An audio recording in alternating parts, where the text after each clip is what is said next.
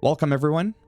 Before we begin, it's very important that I provide you with 3 links down below in the description box to credit the 3 sources of information that I've gathered this from.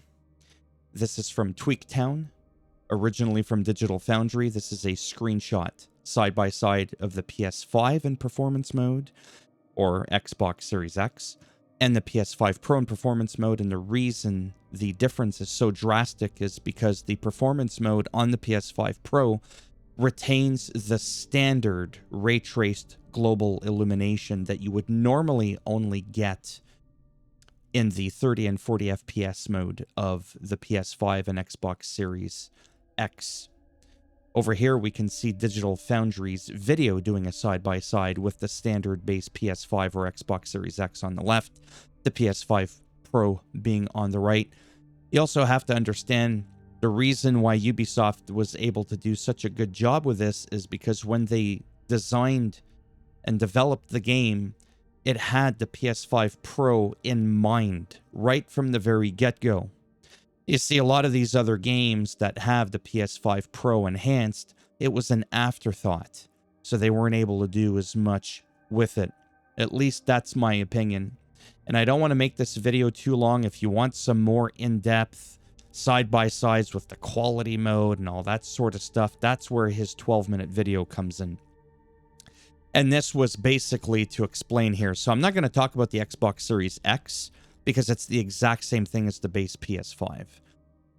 The Xbox Series S, with all due respect, the game just runs at 30 FPS anyways, and I don't want to sound like a snob, but I don't want to talk about anything that's 30 FPS, to be perfectly frank. So PS5, Xbox Series X here, everything is running 2160 upscaled for the resolution, regardless of which one you select. There was some conflicting reports that were saying that it was 1440p for performance and balanced with 4K in fidelity, but apparently here it's just 2160 across the board, but the graphics in general will naturally change as you switch between the two of them. So you can see here under the performance and the balanced mode, which, by the way, the balanced mode you're only going to see if you have a 120 hertz monitor with a 2.1 cable, and obviously having that enabled on your platform of choice, whether it's an Xbox or a PlayStation. So you could see right here for the ray tracing usage, it is still standard in performance mode on the PS5 Pro versus it being selective here on the base PS5 in performance mode. And the difference is real simple.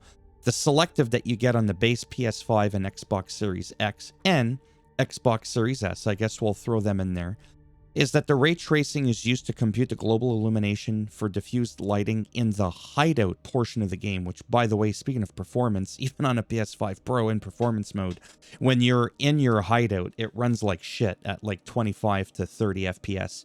The frame rate is consistent, but it's consistently bad. Maybe they'll change that at some point, I'm not too sure, but anyhow.